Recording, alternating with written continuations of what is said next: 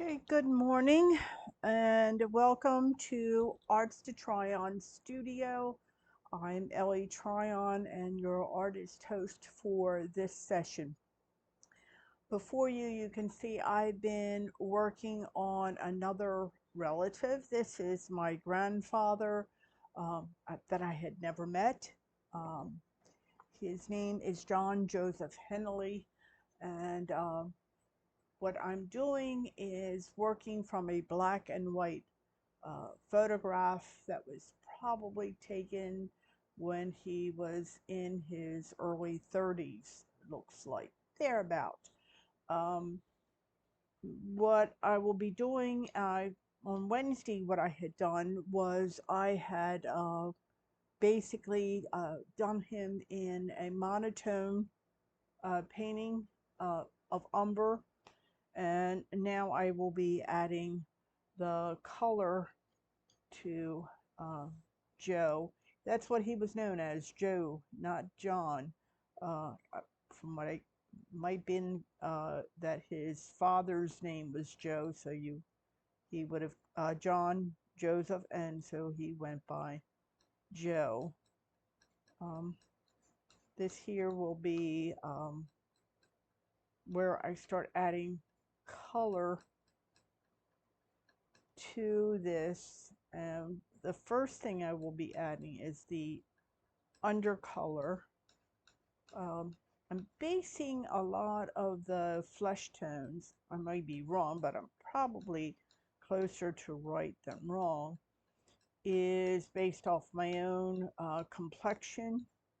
Come from a very set of very pale people, so I don't think there's anybody really dark in the family. So when I did my great grandfather and my great grandmother, I also, my ancestry is basically from Ireland, although there is some other things because Ireland was invaded by everybody and their brothers. So kind of interesting when you do um, ancestry stuff, what comes out of it. One of the things that came out of mine was that I have Norse in me, although I don't, probably the last Norse person was probably a shield maiden. So what I'm going to do is I mixed a little bit of cerulean blue with umber so I can get his shadows in his complexion right. And that's what I'm putting down here right now, is those shadows of his that were in his complexion. Um, a little bit there. And these are the undercolors, undervalues that will help me define his complexion. And I'm using blue because it's basically what most of the people in my family do have, is an undertone of blue in our complexions.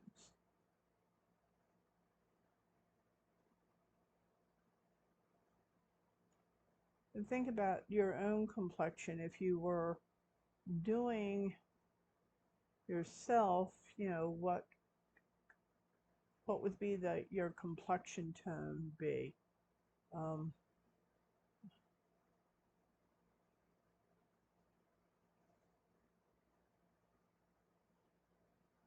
get this up here, and a little bit of,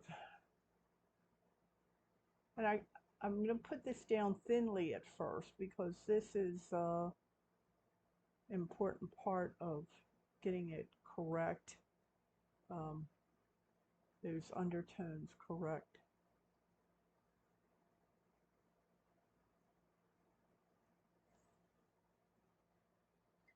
Get this other brush that I have.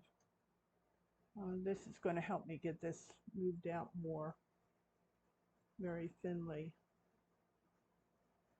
especially on this forehead. There is shadow up there, it's just very faint because it is a professionally done photograph, obviously in a studio where it was done, and they tend to try to put as much light on a forehead, on the,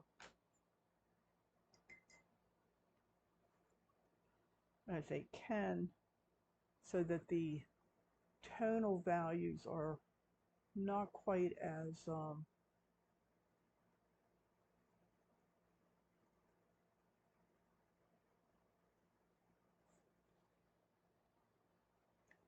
more of a flat look. Photography, if you've ever taken a photography class, they'll tell you that they don't want too much contrast or shadow in the face.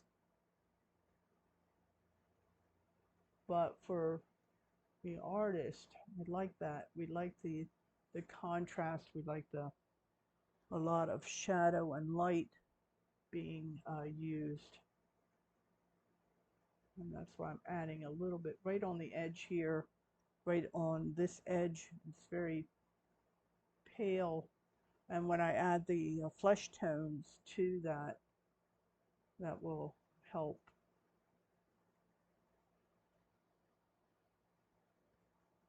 This here's the darkest part right in here. And he's got his earlobe. And yeah, as I'm doing my family members, I kind of look at what, um, you know, what features did I inherit along the way. And one of them is this no earlobe, obviously gotten from the Henley side of my family. I have a very small earlobe. When I was younger, I had none, but as it was just enough for me to be able to get, pierced ears um, along the way. Um, so I can wear pierced earrings. I just can't wear clip earrings. I don't have enough earlobe to do that. So this is the undertone value that I'm putting down, which is a kind of a blue, in order to get the skin tone correct when I start putting in the flesh tones.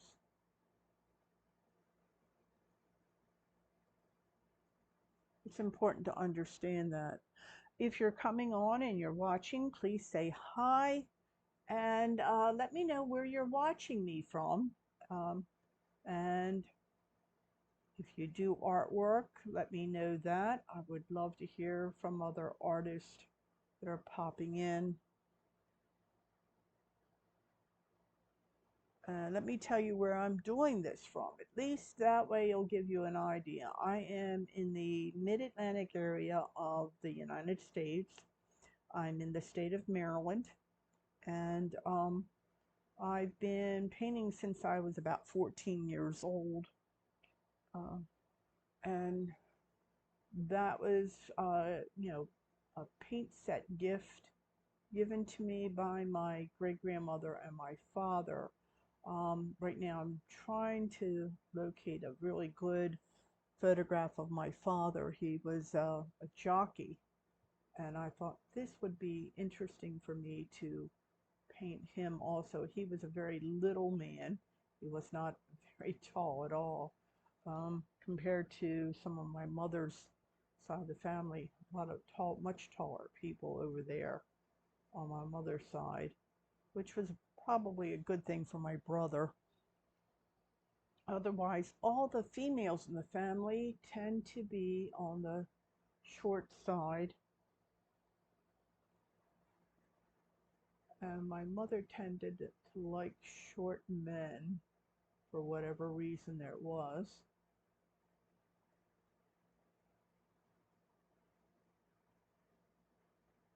Look at that. Softened out that way and softened this way. And this is all the underpainting underneath of this, getting his skin tones correct. He was also blue-eyed. He had light eyes. And that probably explains why my eyes look the way they do. My mother's side of the family tended to have the more hazel or um, golden, more of a gold look to the eye. I have green eyes, which is a combination of what happens when you get blue and green, blue and yellow together, and I think that's probably what showed up is the green in me. Well, for me, the green. The rest of my brothers and sisters all have either brown eyes or hazel eyes.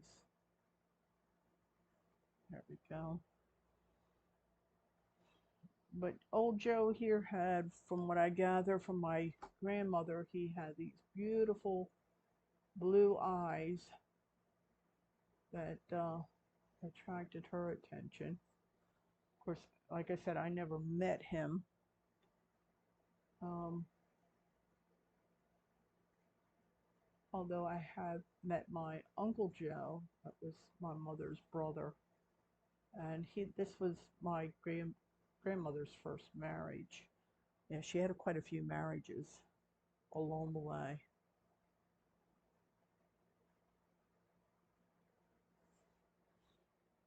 So there's that nice underpainting underneath there. And what I did was this morning when I came into the studio, I made sure I put a nice coating of medium onto my painting here. So I'm working into the medium rather than against the medium. So now the nice flesh tones. And it's easy, pretty easy to make a nice flesh tone. If you have burnt sienna, that's a kind of a good thing to start with. And a little bit of ochre to kind of get that nice, and I'm mixing it right into where I had mixed the sienna and the umber to make this kind of nice blue that I have for the underpainting skin, the skin of the underpainting. That was basically, this is cerulean and umber mixed together with more on the cerulean side than the umber side. Just enough umber to darken the cerulean up.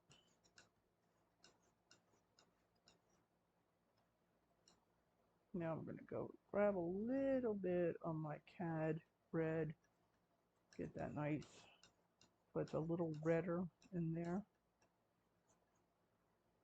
A little bit more burnt sienna. What I'm trying for is to get a nice flip, to be able to get a nice flesh tone going. And you need enough red in there to make the flesh tones with the little bit of ruddiness into the complexion, especially with the blue undertone. And this will also work for the lips. So there that is. Let me show that to you. That's what it looks like that way. So I'll put that there and half of that, because now I'm going to try to get the mixture for in between. Like, knife off, add a little, adding Naples yellow to that to lighten it down to a mid-tone or midway value. Still dark. I think this is still my dark range.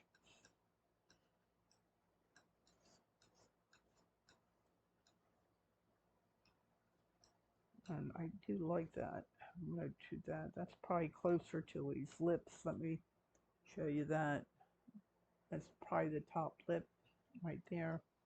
Now I'm going to add a little bit more Naples.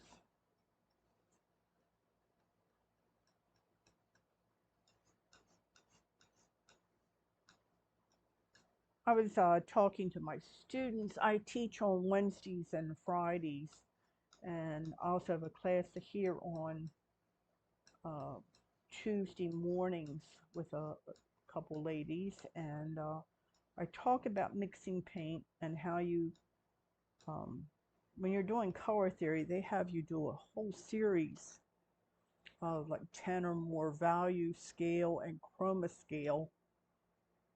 But for most people that are just coming and they just want to enjoy the idea of learning how to paint, so you can basically do your darkest value, mid-tone value, and then your lightest value for your paint.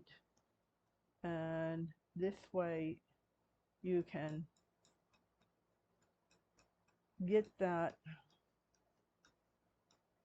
you can do that without too much problem. And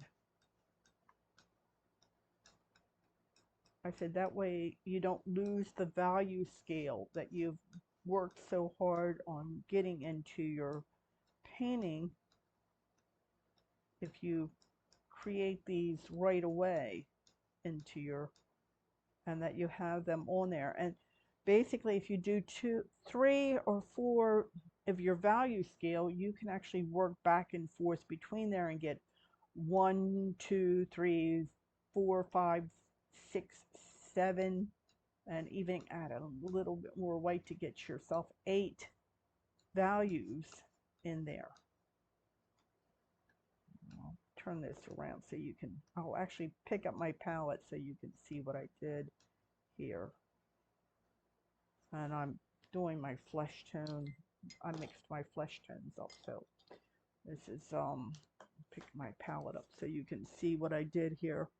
That is the flesh tones right here that I have, and this is from the darkest to my lightest at this point, and can still add some more white to it, so that I can get it even paler if I need to, especially with the highlight type thing, the highlights in there.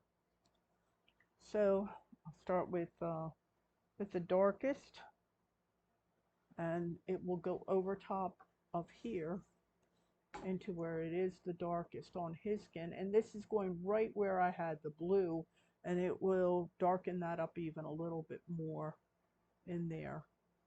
There's this right there, and then right down here. And you always, with oil paints, pastels, you always start with the darkest, because that way you can always add light on top of that.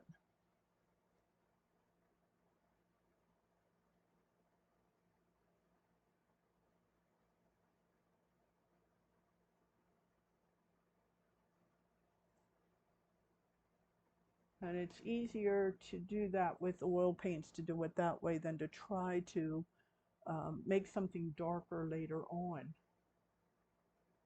And you can do thin, and this is where you hear the term thin to thick, is where you start thinly placing things down in order to define them even more than what you have.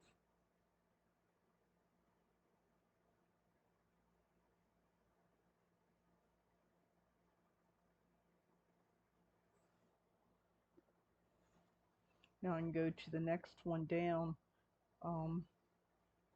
and start adding that to it. And you can see there's a slight difference when I do that.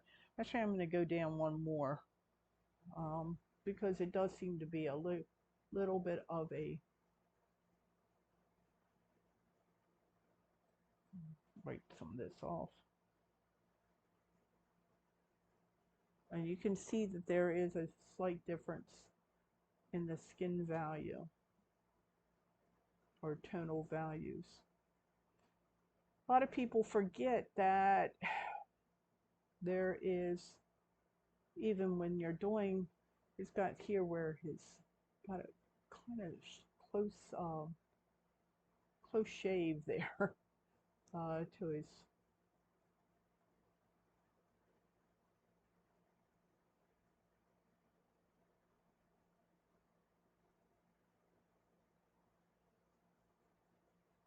And this means I can get to the lighter part, lighter one, and put it right next to it so I can get that nice value shift.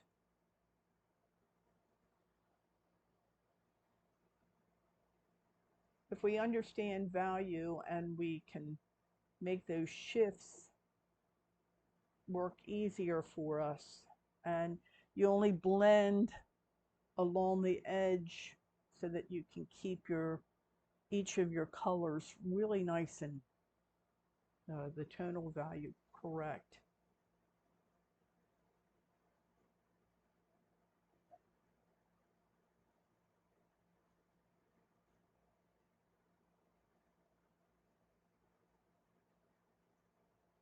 This is where working with the grays and the help out a lot into doing that.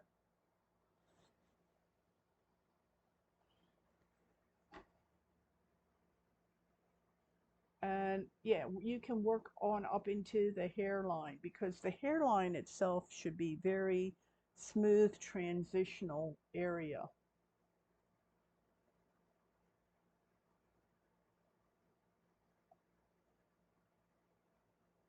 You shouldn't be trying to make that because the hair, if you make it a sharp line, it's going to look kind of strange in there.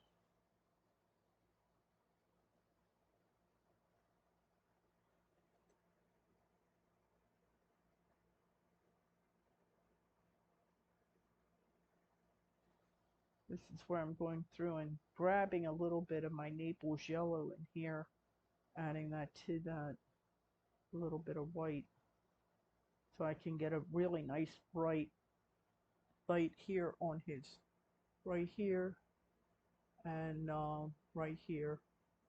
He's got a nice light hitting on that cheekbone.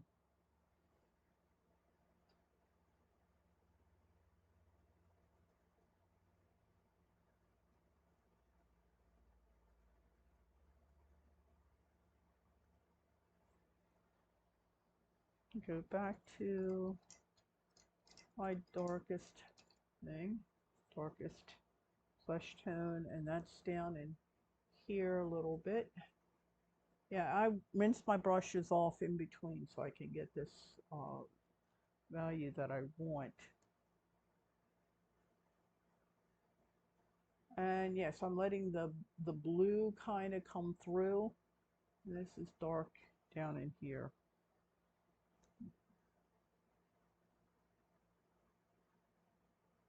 And dark over here.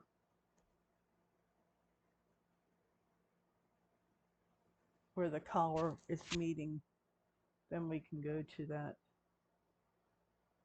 mid-tone area. It's still darker than the flesh in his face, but it's that nice transition that you want.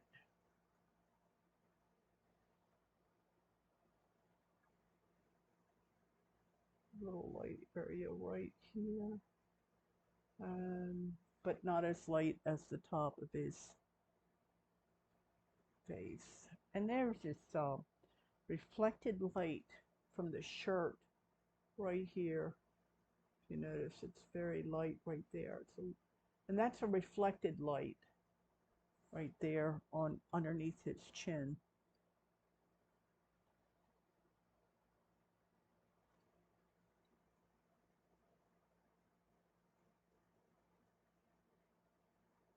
I enjoy doing portraits because it gives you a chance to kind of look at people and see what they look like.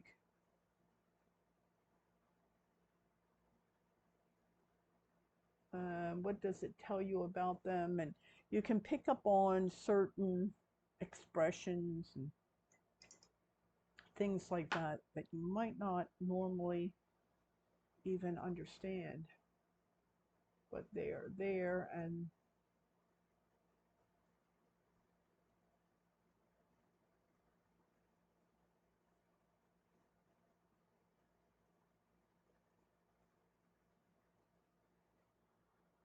And this is actually what they consider colorizing. If I was doing a photograph class, this would be colorizing. They would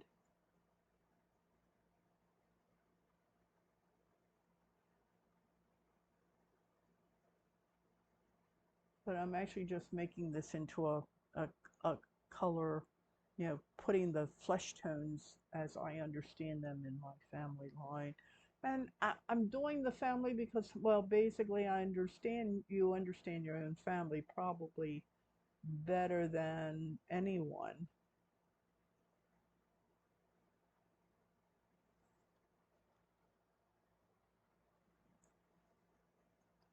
And I don't have to change the drawing all that much because I've got most of the drawing part of this done.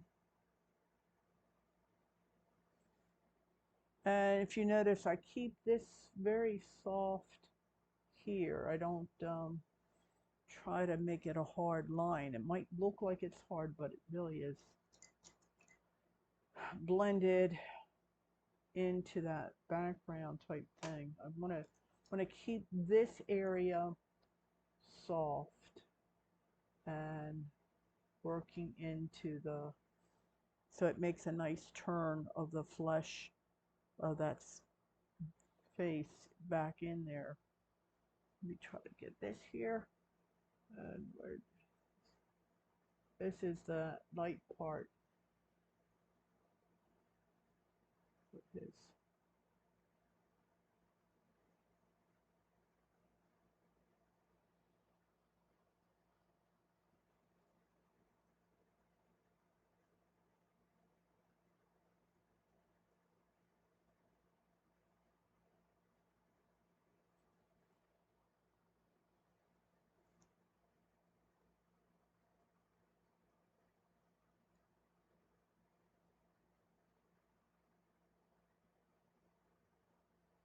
Sometimes you don't need to do the lightest part as light as you think you do. Um, just want to be able to make it, oh. And if you have a thing, a stroke of that happens like that, that's nice. That's the easily taken care of. Oil paint, you can get rid of it really quick and easy.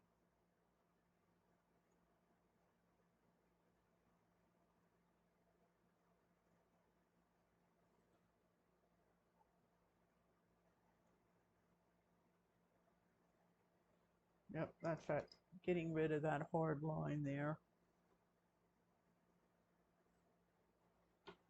Clump of paint type thing. Like I said, you can do the lips. His top lip over here is dark, so I can use that flesh tone to make that dark, this of his lips right there.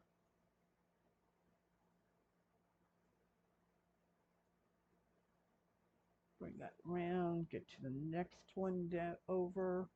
Still dark, but I want to kind of blend it into his flesh there. Right here, it kind of isn't as harsh. You want to soften that edge down quite a bit.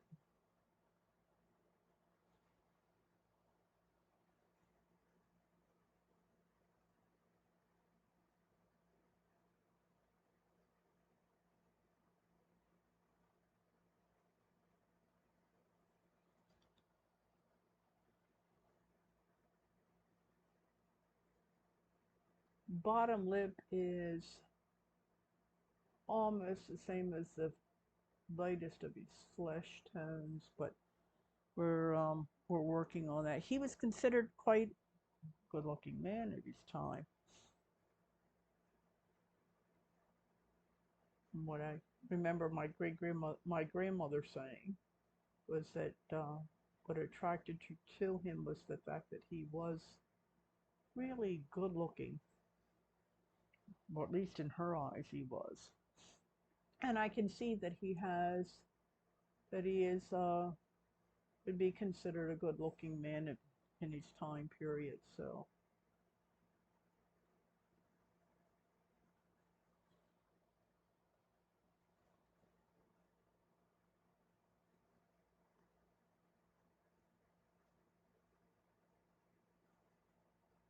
I think I'll probably give him some character to his face. At least I'm hoping I can.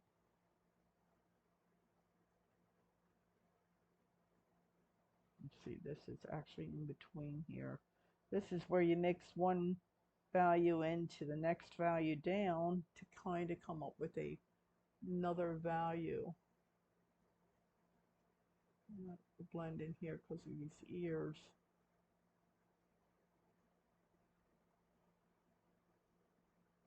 He has a shell ear, which is what I inherited.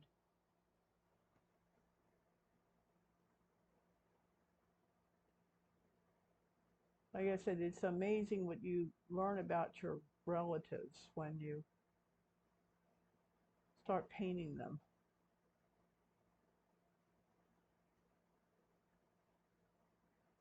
What characteristics each of us inherit along the way.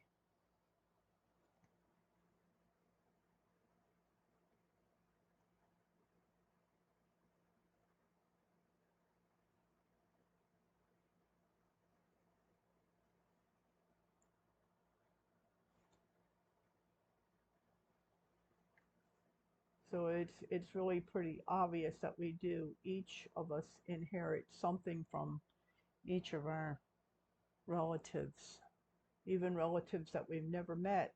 Like I said, I've never met my grandfather, my mother's father.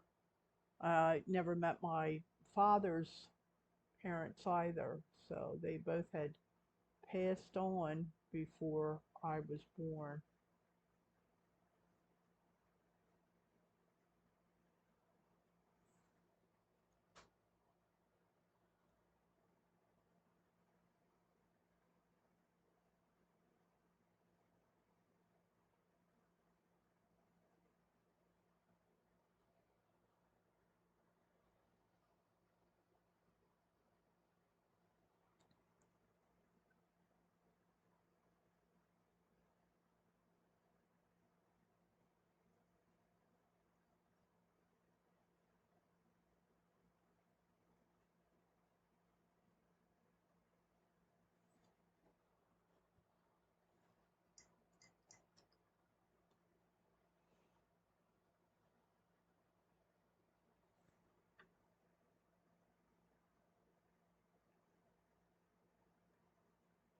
Um,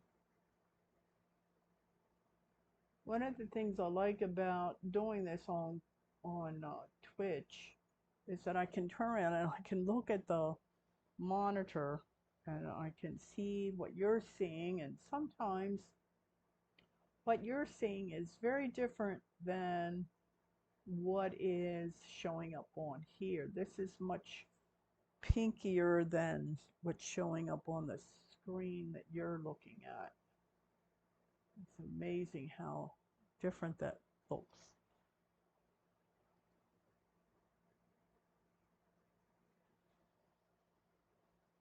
I'm surprised at it. So,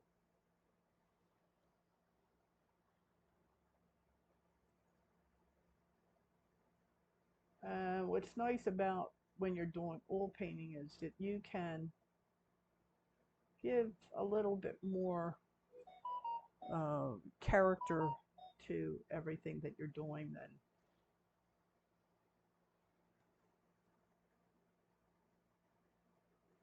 than what, especially if you're working off a photograph.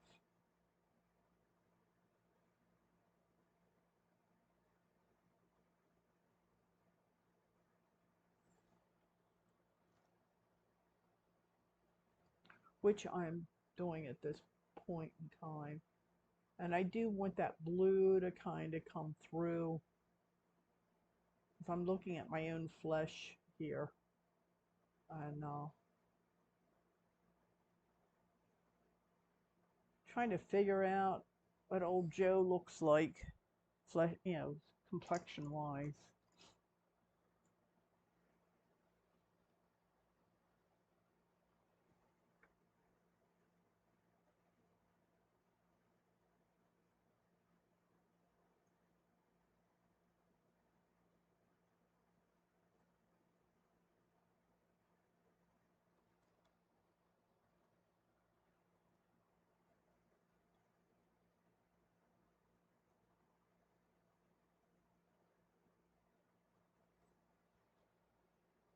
Yeah, I'm adding a little dark right there at the edge, right here. Not as dark as over here, but a little bit over here. So I can,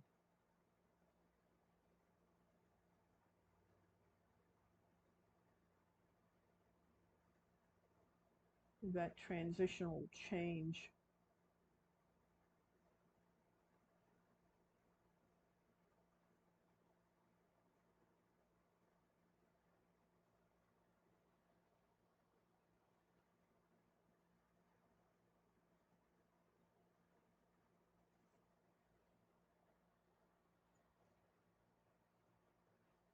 It's interesting moving from black and white photograph to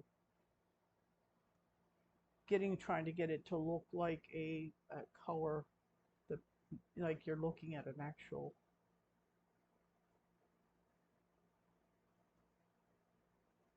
And how that would look compared to.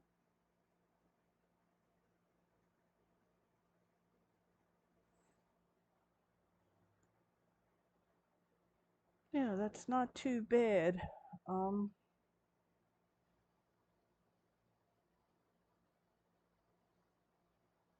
get it over here a little bit more. And creating a gray that I need for the eyes, eye whites. The eye whites are never, the whites of your eyes are never ever really white.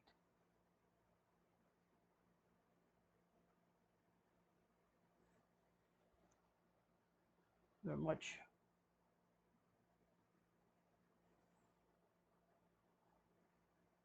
and I need to get that right also.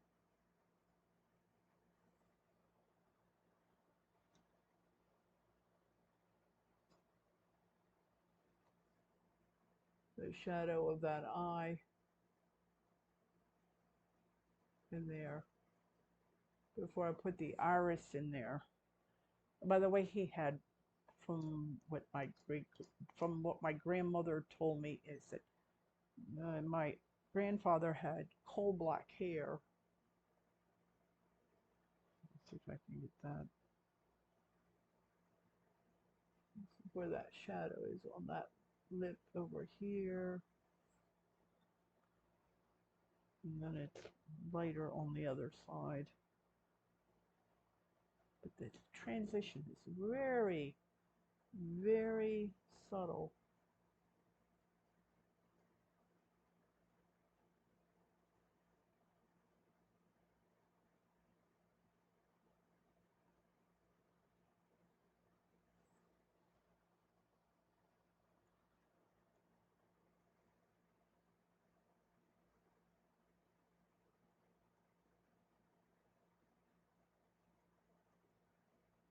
Yeah, I'm playing with subtleties here with this. You get down here because of the way the photograph was done.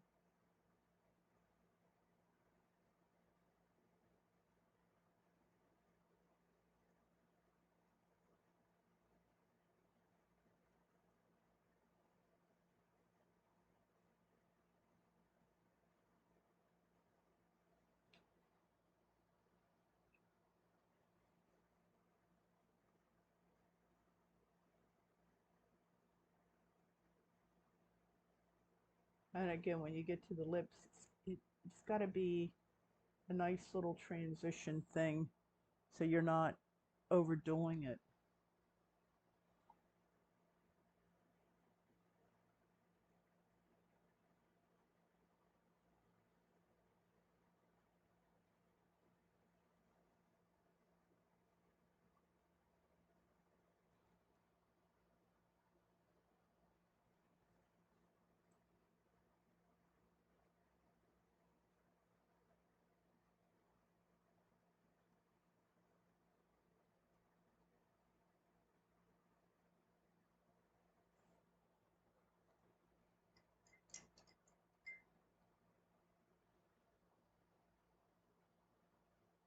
Kind of interesting how you have to do certain things to make things turn out the way you need them to turn out.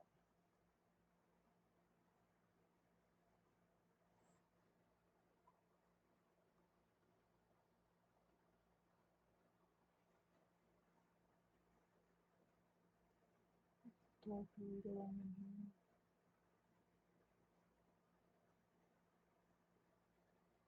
here. I have to come back and get that light of that lip.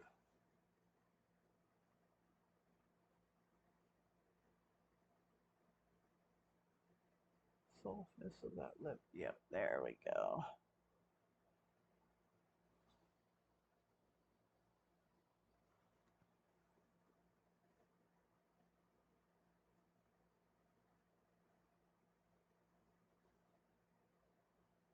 Yeah, I can see why my grandmother might have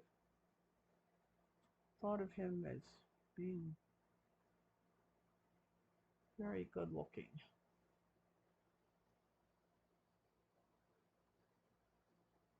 But good looking doesn't always mean nice. And like I said, I did not know him. They were divorced long before I was born, and by the time I knew that he even existed, he was a very old man, and my mother got a call that her father had died, and so she took us all, and this is when I got a chance to meet the Henley side of my family. Okay, blue eye time.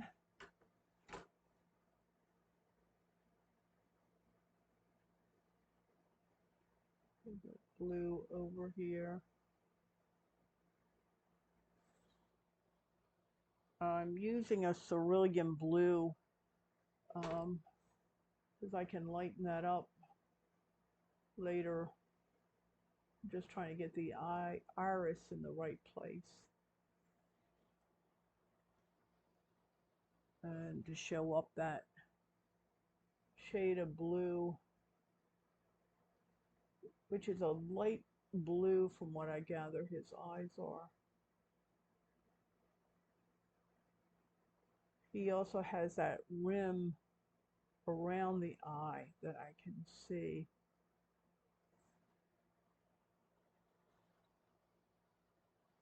That also I inherited.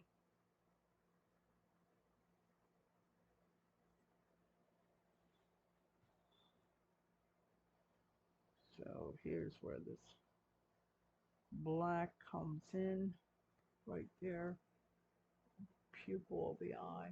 Don't want to lose that pupil.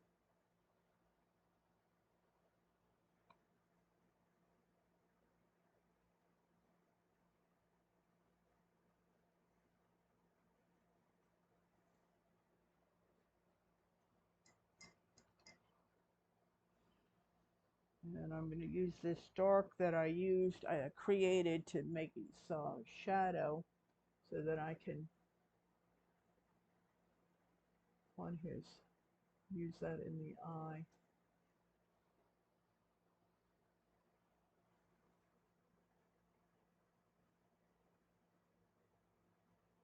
And to do that rim around the iris so that when I add the light to his eye, make the eyes lighter.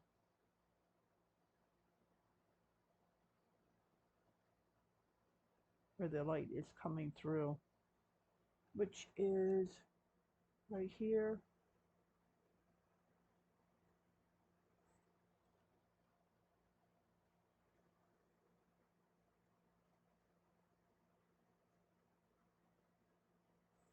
That's where the light is coming through the eye.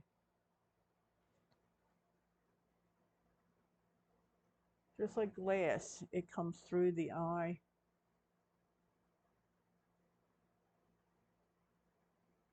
Because the light's coming in from the top here down. That's why it has the shadows under his eyes like that.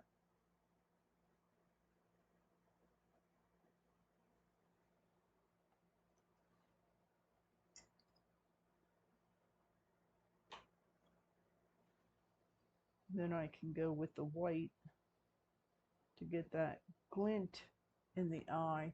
It's just right about here and here. It's where the glint is. That's where that all that, coming through just like a teardrop.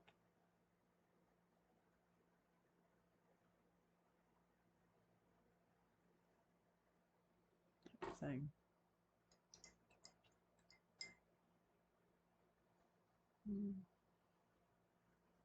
Notice he does have this.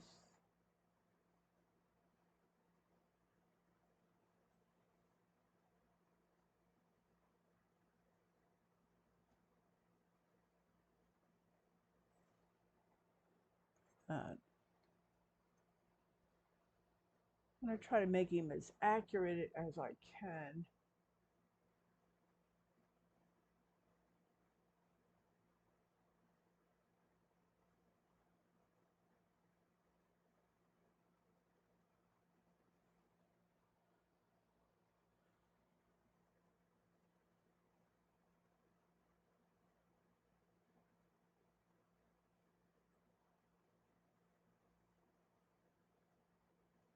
As my grandmother said, she says, Joe knew he was good looking. She says, and that was also a problem.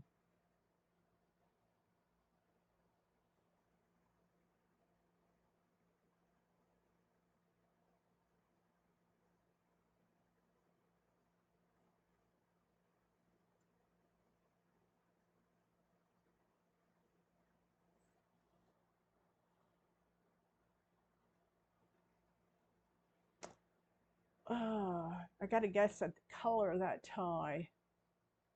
And that should be interesting, guessing at the color of the tie.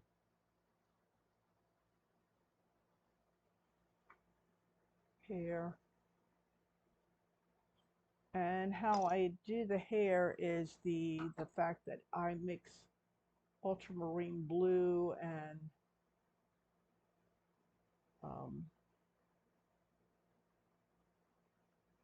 umber together to get a black hair, because black hair is not just black. It is really all these different things that are going on in the hair, which is kind of cool.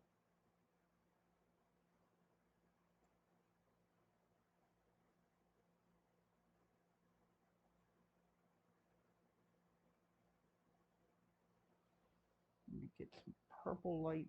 Let's get some blue lights in there.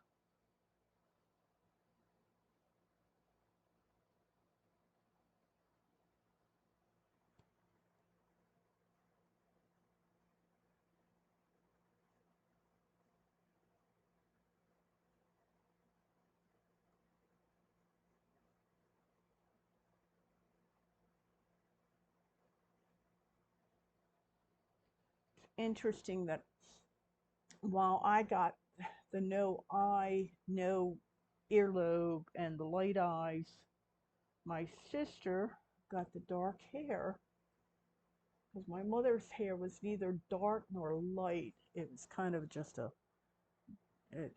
kind of a brown color, neither dark nor light nor anything. It was just what it was, kind of thing. Whereas my grandmother and my great-grandmother both had beautiful, what they call chestnut colored hair. And I got that. I got the chestnut color from them.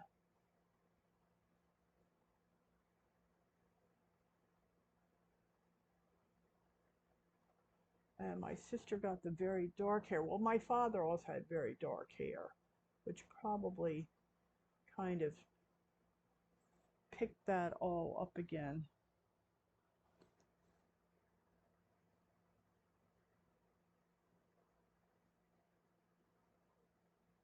Kind of reinforcing the having the dark hair. Let's see. There's light right there.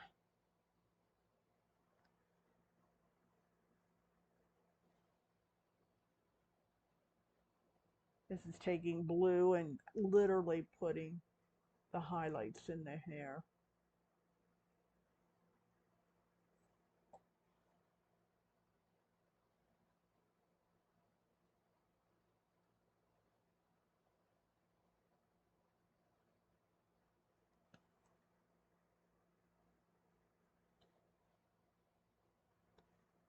You can see little tricks that I do to do that.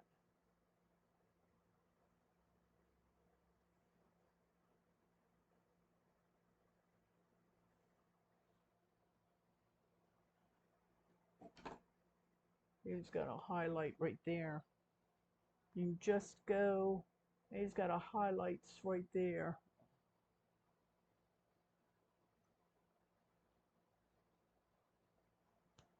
And you just put them in like so. And then you can literally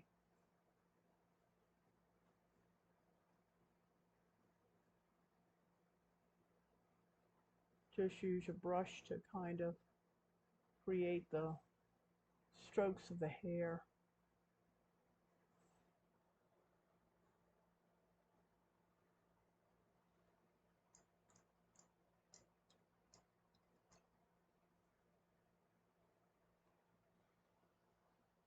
And the background, let's see, that's kind of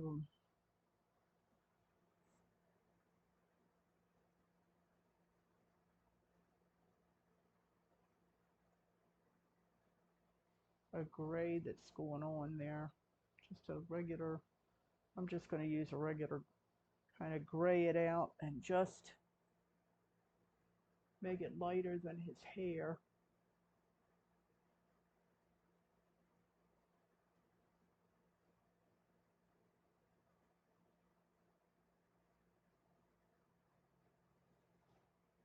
Right there.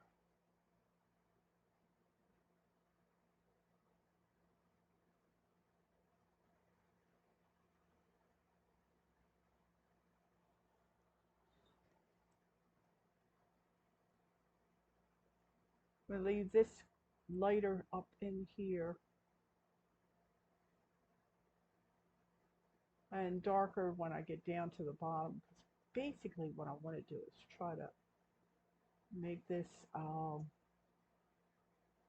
the outs the suit disappear into the background.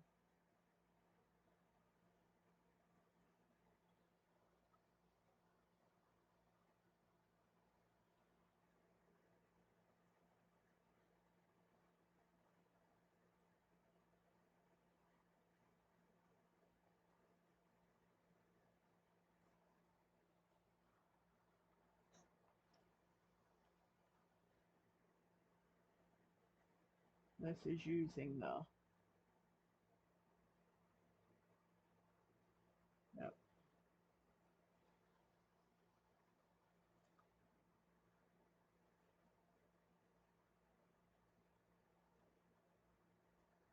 Now I just want the suit to disappear. It's basically what I want.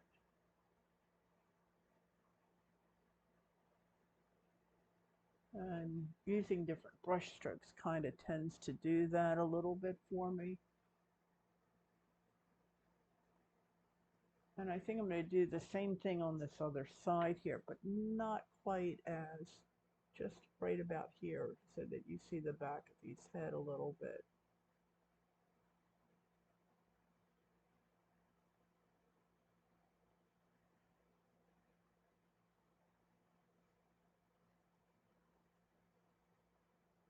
Then let it fade out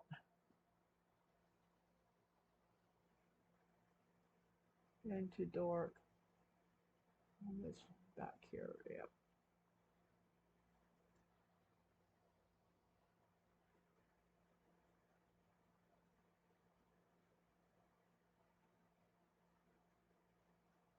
I just don't want to play with the suit coat too much because I really can't see it all that clearly. And no reason for me to try to do that. And his hair does tend to fade into that background quite a bit. So just enough to kind of play with the two things together really nicely. And I got to give him a little bit of a, there we go.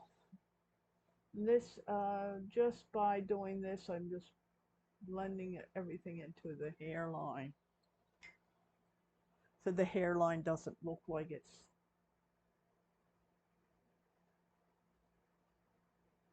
overly done. It doesn't look like you're wearing a wig.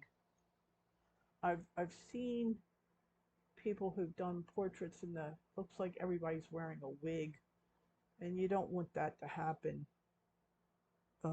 when you're actually doing this. So you want to kind of get the hair to kind of move into the skin area just very gently.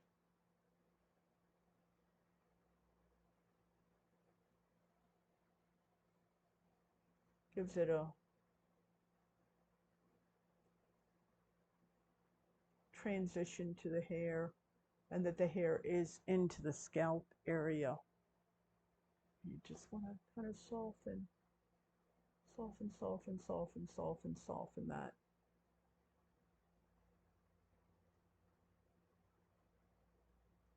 Keep softening it until it looks natural in there.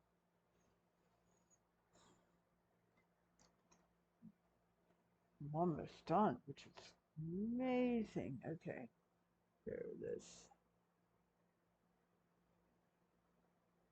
Back here.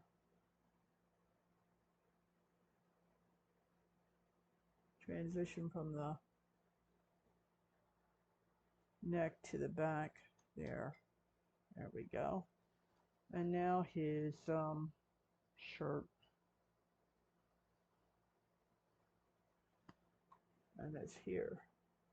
Because the shirt is right there. It's a white shirt, nothing more than that.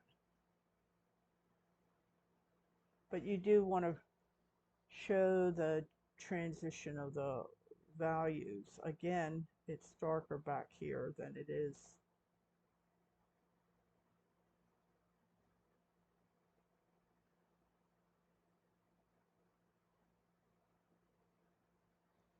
And I also want to do this because his collar is back there.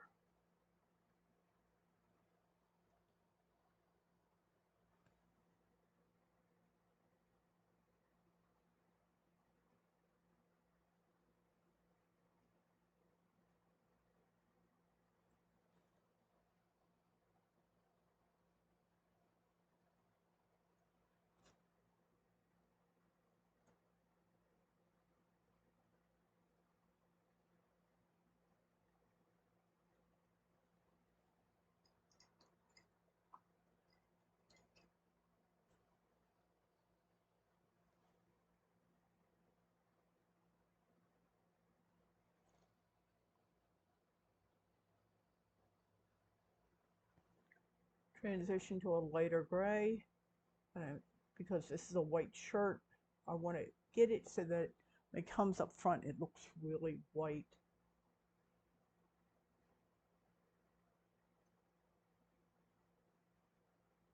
And this is where you get lots of colors into a shirt like this.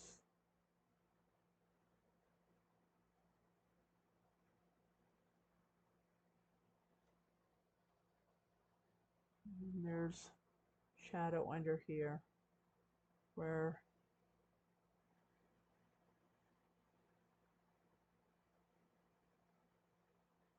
it's a time of shirts that had very large collars for men.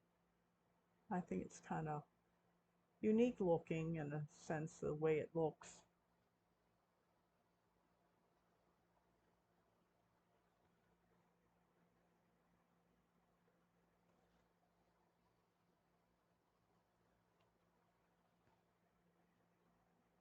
I haven't decided what color tie I want to give him, but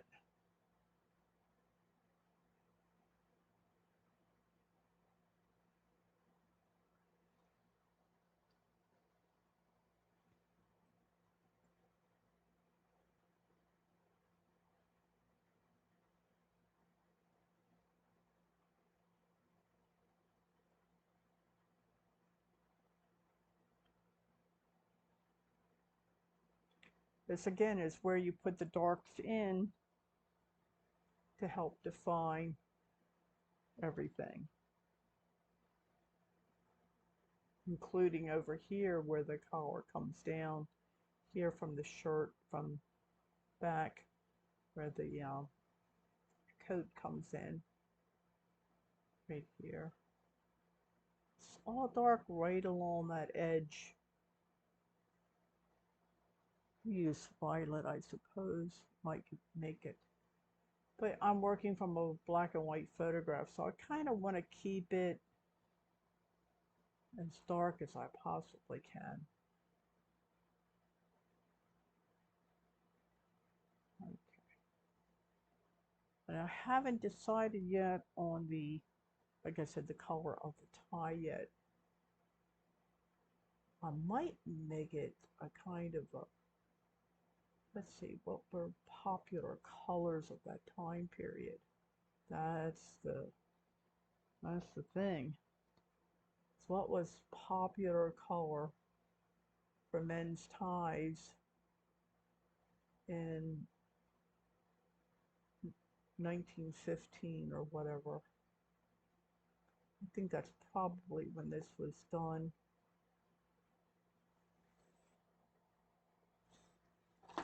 Oh, almost killed myself with my own maul stick.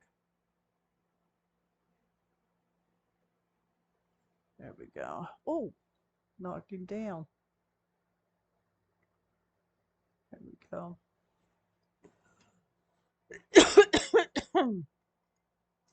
Ow, got a tickle.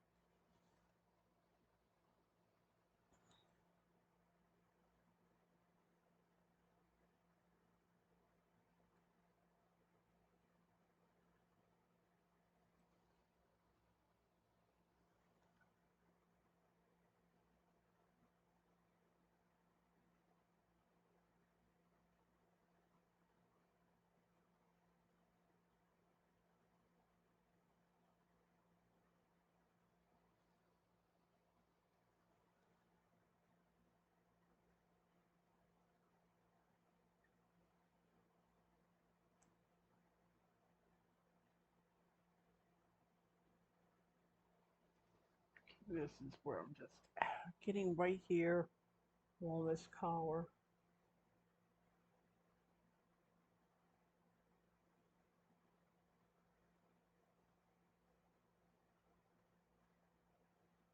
Right down here. And it really disappears into the shirt down into this area. So I'm not going to worry about trying to define it at that point. I'm just trying to get as much, letting nature take its course as to not. There, that looks pretty good.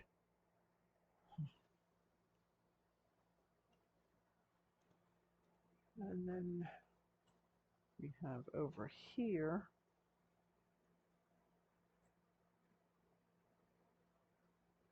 this comes right there, right straight down.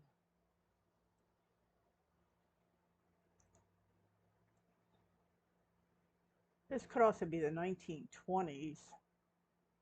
My mother was born in 1920, so this could have been done right after she was born. Uh, my grandmother was a mere 17 years old, and he, like I said, looks like he's in his early 30s, maybe late 20s, early 30s. that was not unusual for young women to marry men that were, you know, 10, 15 years older than them. My own father was 20 years older than my mother,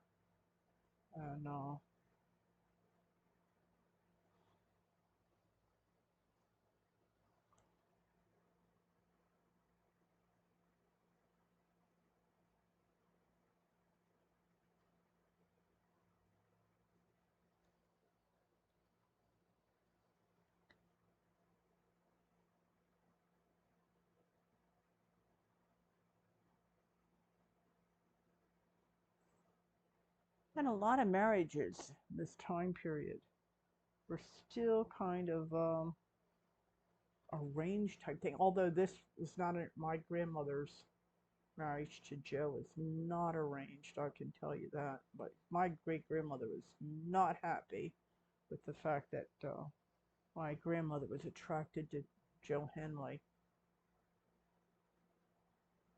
Like I said, they were neighbors, and my great grandmother said Mrs. Henley would come out and start yelling at her in Gaelic. She says, "Well, that was a mistake." She says, "I knew Gaelic too." And they would argue back and forth in Gaelic, if you can imagine. When I could see why there was so many disturbing things between one set of Irish to the other.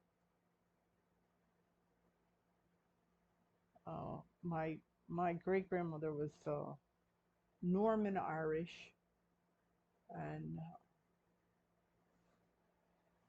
they had decided to become uh, Protestants. So that was probably an argument between the two families. Okay, what color? It's a light colored tie, but it's also it doesn't look, it doesn't feel like a blue to me. Hmm. I guess I could look up, see what tie colors were popular in 1920s. Let me see if I can find that. See what it says. Popular tie colors.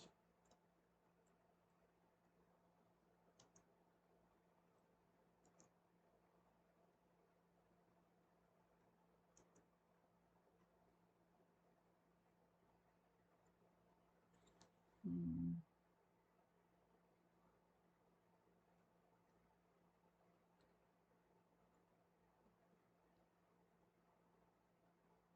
Well, let's see what it says. Oh, yellow was a color. Ooh, and it's not a pretty yellow. Okay. And orange. Ah,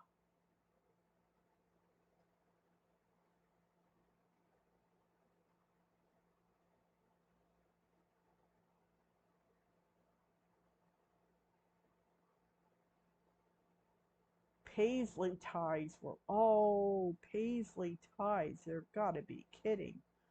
Oh, yeah, yellow was it was an orangey yellow. Mm-mm-mm. I think I'd make it an orangey yellow and it would look good. I don't know. Oh, let's see what happens. Okay, let's try this. Um, let me do, I'm gonna use a red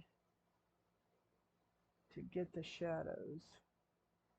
See what happens. Oh, I gotta tell you, the colors that I just saw, they were kind of a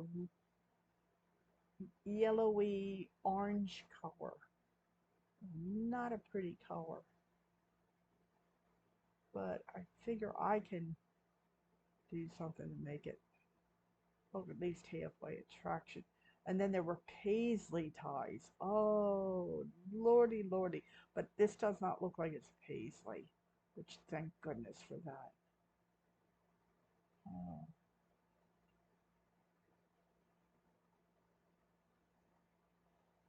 heavens, paisley ties. Can you imagine? Okay, so if I do that, then add my yellow to it, make it more of a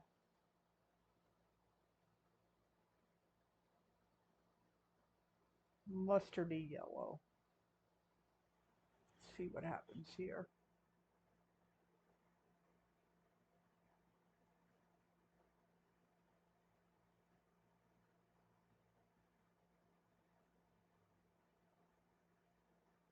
Yeah, that's not too bad. Okay, yeah, not too bad.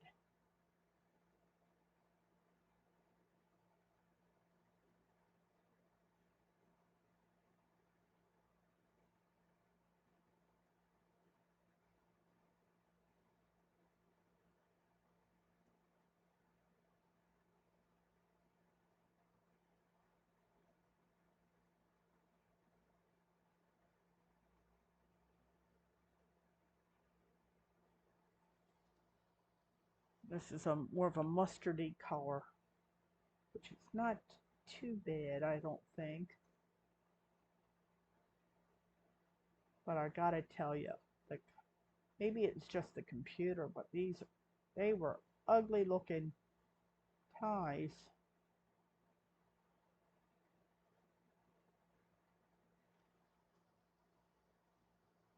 Ties that should never have been seen the light of day, probably.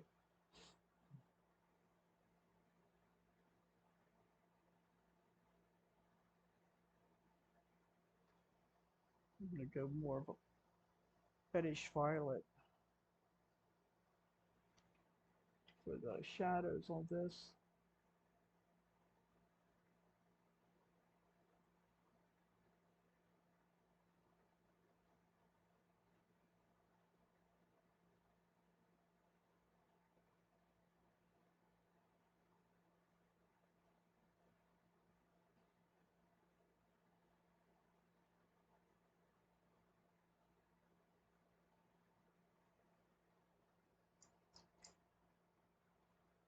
And then let's grab some maples here and get that nice little highlight, because these are silk ties after all.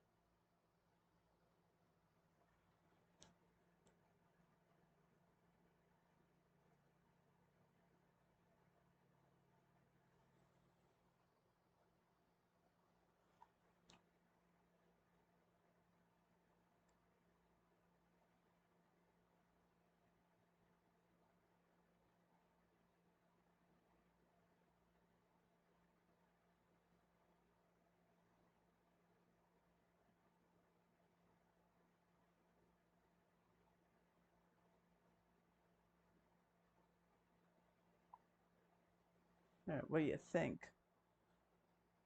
Okay, that seems to kind of give it a nice look to it. Now, I like the fact that I did not define the shoulders or the suit. Just let that kind of be there type thing. So Joe is done.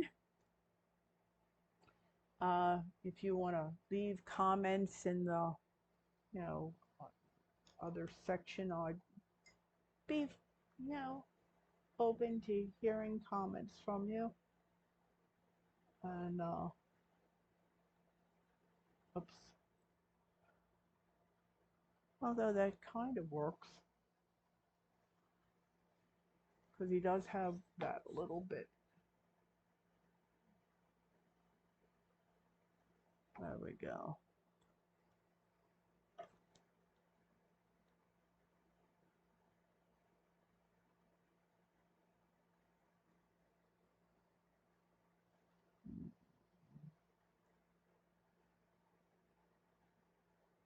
You don't want to, like I said, you don't want the,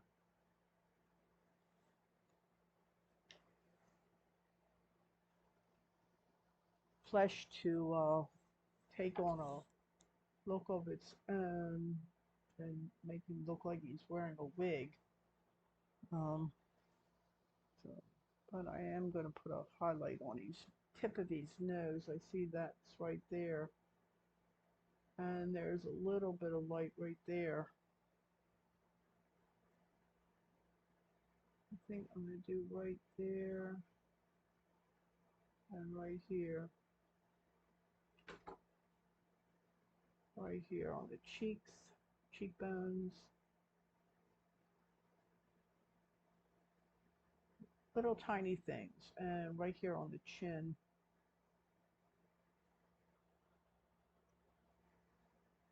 Give it a little push.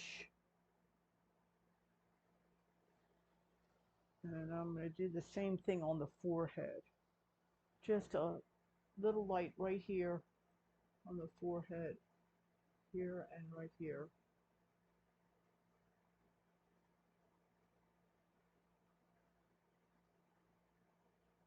And just leave the lights there.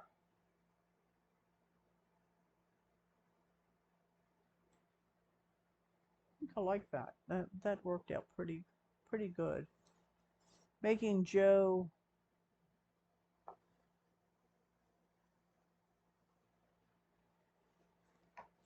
here look right. Okay.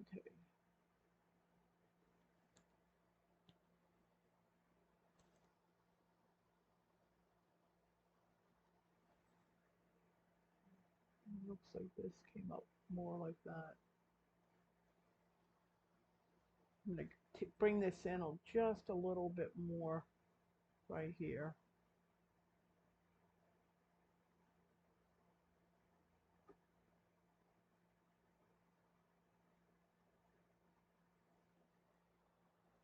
That'll do it.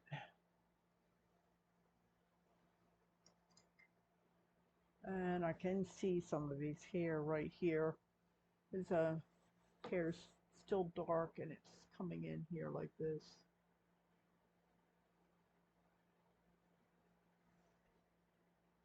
Right there. You don't see the other ear at all. So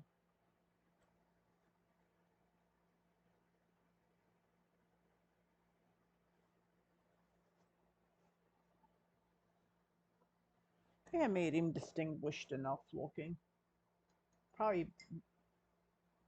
So that's my take on my grandfather, Joe Henley. So thank you for joining me this Sunday morning. Portrait painting. I think my next project will be my grandmother. So you'll get to see what Grace looks like. Yes, Grace Catherine. Boy, you can't get more Irish than this family. Although they say that we have some Viking in us, probably the Northmen that came down and settled into Dublin.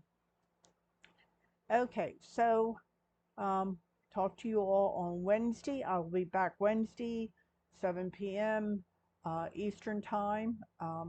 Check out what I'm doing and meet Grace.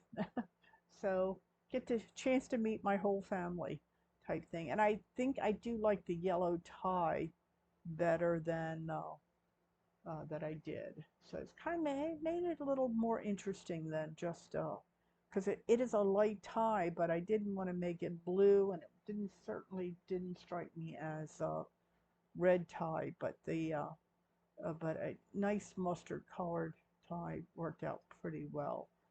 Okay, so I will see all of you on Wednesday at 7 and see what we're going to talk about. Bye-bye.